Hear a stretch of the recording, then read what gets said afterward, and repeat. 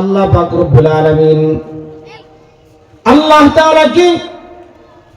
তাআলার ইবাদত করার কথা যেমনি বলেছেন, নামাজ পড়ার কথা যেমনি বলেছেন, রোজা রাখার কথা যেমনি বলেছেন, হজ করার কথা যেমনি বলেছেন, ভালো কাজ করা, দান সদকা করা, নেক আমল করার কথা যেমনি বলেছেন, তেমনি ভাবে আল্লাহ পাক রব্বুল আলামিন মা বাবার সাথে ভালো ব্যবহার, মা বাবার খেদমত করার জন্য আমার আল্লাহ বলেছেন। সুবহানাল্লাহ।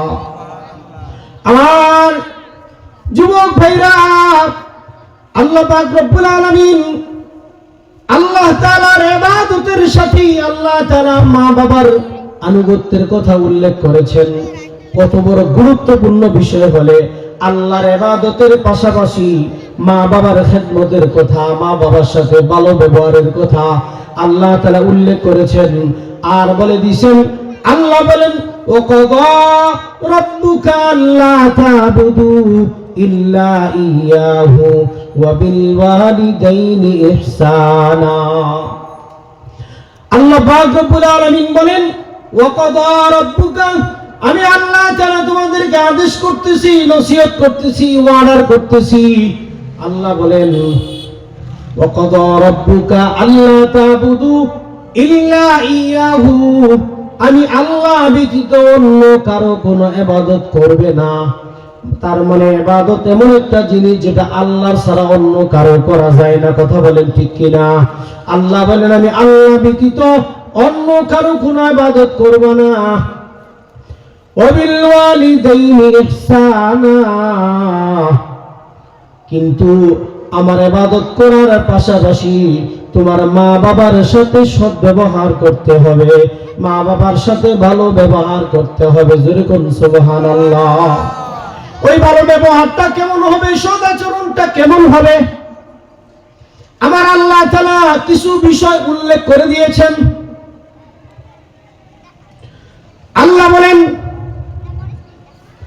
ইম্মা ইয়াবলুগান্না ইনদাকাল কিবারা আহাদুহুমা আও কিলাহুমা ফালা তাকুল লাহুমা উফফিন ওয়ালা তানহারহুমা ওয়া কুল লাহুমা কাওলান কারীমা।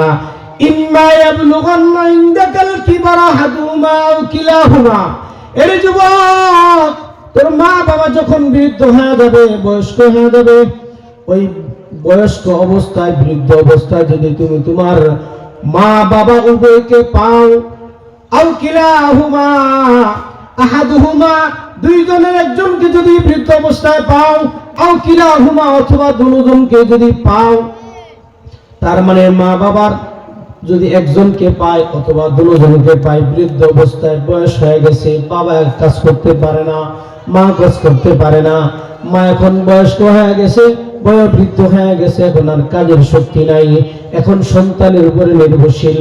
এমতো অবস্থাটা যখন হয়ে যাবে, আল্লাহ পাক রব্বুল আলামিন বলেন, যে সন্তান, ইম্মা ইয়াবলুগান্না ইনদাকাল কিবারা আহাদুহুমা আও কিলাহুমা ফালা তাকুল লাহুমা, ওই অবস্থার ভিতরে যদি তোমার মা বাবাকে পাওয়া যাও, ফালা তাকুল লাহুমা, তাদের সাথে তোমরা এমন ভাবে কথা বলিও না, উফফি ওয়ালা তানহারহুমা, উফ শব্দ, যেমন তোমার মা বাবা, মানুষ যখন বয়োবৃদ্ধ হয়ে যায়, বয়স্ক হয়ে যায়, তখন বাচ্চাদের মতো হয়ে যায়, তাদের কথাবার্তার ভিতরে বিভিন্ন প্রকার ব্যালেন্স থাকে না। এমন অবস্থা যদি হয়ে যায়, ওই সময় তুমি তোমার মা বাবারে ধমক, তার সাথে খারাপ ব্যবহার করে কথা বলিও না, তাদের ব্যবহারে তুমি উফ শব্দ ব্যবহার করিও না, অথবা তোমার মা বাবাকে তুমি এমন ভাবে কষ্ট দিও না যার কারণে তোমার মা বাবা উফ শব্দ ব্যবহার করে। আমরা যদি কোনো ব্যথা পাই, কষ্ট পাই, আফসোস করে উফ শব্দ ব্যবহার করি কি করি না? ওই শব্দটা, পরিচিত শব্দটাই আল্লাহ তাআলা কোরআনে ব্যবহার করছেন।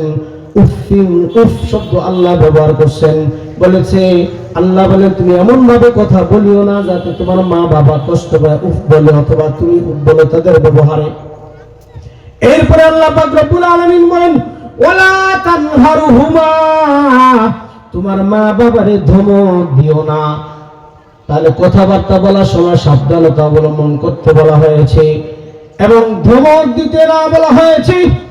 আর বলা আছে ওয়ালা তানহারহুমা, তুমি ধমক দিও না। ওয়া কুল্লাহুমা কওলান কারীমা, এর সন্তান তোর বাবার সাথে মায়ের সাথে এমন ভাবে কথা বল যেই কথা বলার কারণে তোর মা কলিজায় পায়, তোর বাবা কলিজায় শান্তি পায়। এমন ভাবে সঙ্গত কথা বলো, ভালো আচরণে কথা বলো, সুন্দর ব্যবহারে কথা বলো। কিন্তু আফসোসের বিষয়, এই যুবক ভাইরা কানটা লাগায় শোনো, এলাকার বহু যুবক আছে সারা দুনিয়ার মানুষের সাথে ভালো ব্যবহার করে, গার্লফ্রেন্ডের সাথে ভালো ব্যবহার করে, বয়ফ্রেন্ডের সাথে ভালো ব্যবহার করে, আত্মীয় স্বজন উস্তাদদের সাথে, বিভিন্ন মানুষের সাথে, পাড়া প্রতিবেশীর সাথে ভালো ব্যবহার করে, এমন ভাবে ব্যবহার করে যাতে তারা আমাকে ভালো বলে। কিন্তু দেখা যায় ওই যুবক সন্তানটা গড়ে যাওয়ার পরে মার সাথে এমন আচরণ করে কথা বলে, বাবার সাথে এমন আচরণ করে কথা বলে যে আচরণে তারা নীরবে চোখের পানি জড়ায় আর কান্দে। আরে এমন সন্তানকে আমি গর্ভে ধারণ করছিলাম, এমন সন্তানের আচরণ পাওয়ার জন্যই কি ওর ঘুম, ওর প্রস্রাব পায়খানা পরিষ্কার করছিলাম। ওর জন্য বাবা বলে রোদে শুকাইয়া বৃষ্টিতে ভিজিয়া না খায়া সেরা জামা পরিয়া সেরা কাপড় পরিয়া কোথাও গেলে ভালো খাবার পাইলে সেটা এরকম কাগজে করিয়া পলিথিনে করিয়া পকেটে নিয়া সন্তানের কাছে নিয়ে আসছি। সন্তান যখন খাইতো আমি বাবা দেখে দেখে আনন্দ পাইতাম। এর সন্তান এই জন্য কি তোকে লালন পালন করছিলাম। এরকম ভাবে সন্তান বহুত মা বাবা নীরবে চোখের পানি ফালায় কথা বলেন, ঠিক কিনা? যুবক ভাইরা, ও যুবক বাবাজিরা, যুবক ভাইরা ভালো করে শুনো। তোমার মা বাবা যদি তোমার ব্যবহারে কষ্ট পায়, তোমার মা বাবা যদি তোমার আচরণে কষ্ট পায়, আল্লাহর কসম করে বলে যুবক, তোমার কোন ইবাদত আল্লাহর আদালতে কবুল হবে না। তুমি নামাজ পড়বা কবুল হবে না, রোজা রাখবা কবুল হবে না, যাকাত দিবা কবুল হবে না। তোমার মা বাবার চোখের পানি যদি ঝরে তুমি বাইতুল্লাহর গিলাফ করে খাতবা, কোনো কাজ হবে না।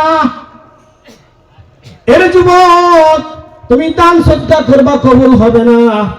আর মায়ের মুখে বাবার মুখে যদি হাসি ফুটাইতে পারো, তাহলে আল্লাহ পাক রব্বুল আলামিন তোমাকে এমন জীবন দান করবে